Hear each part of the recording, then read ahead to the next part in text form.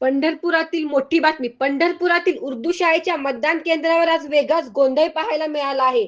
मतदान केंद्रावरील बॅलेट पेपरवरच कमळ चिन्हासमोर खुणा केल्या असल्याचा आक्षेप तीर्थक्षेत्र विकास आघाडीचे उमेदवार प्रणिता भालके यांनी घेतला.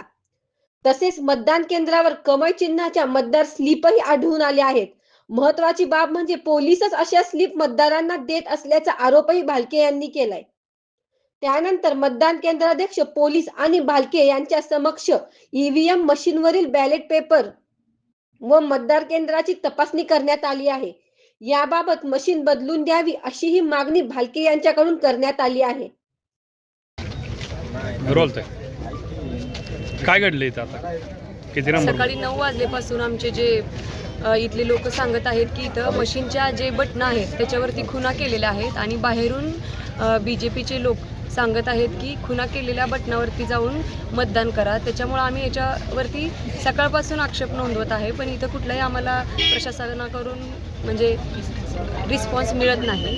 मग आम्ही इथं येऊन बूथवरती आम्ही विचारपूस केली तरी आम्हाला अरेरावीची भाषा केली जाते पोलीस प्रशासनाकडून.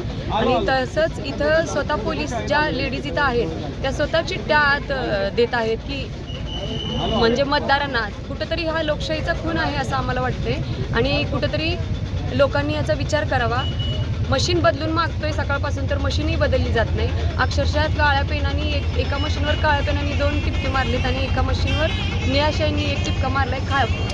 अगोदर इथं सांगितलं जातं की 1 क्रमांकच्या खोलीमध्ये 1 नंबरच्या टिपक्यावर बटन दाबा आणि 2 नंबरमध्ये 2 टिपक्याला मतदान करा असं सांगितलं जातं स्वतः. आणि जे इथले प्रमुख आहेत त्यांनी हे मान्य देखील केले की हे टिपके तिथं आहेत म्हणून. तरी देखील प्रशासनाकडून कुठलंच सहकार्य आम्हाला भेटत नाही. कुठंतरी हा लोकशाहीचा खून आहे. समोरचे जे सत्ताधारी आहेत ते प्रशासनाला हाताशी धरून लोकशाहीचा खून करण्याचा प्रयत्न करत आहेत. ते खुणा कशासाठी केलेली आहे? ते कमळ चिन्हावरती केलेले आहेत. त्यांनी सांगत आहेत की याच्यावरती जाऊन बटन दाबा. पण स्वतःची मतं हे करण्यासाठी केले आहेत, मत चोरीसाठी केले आहेत.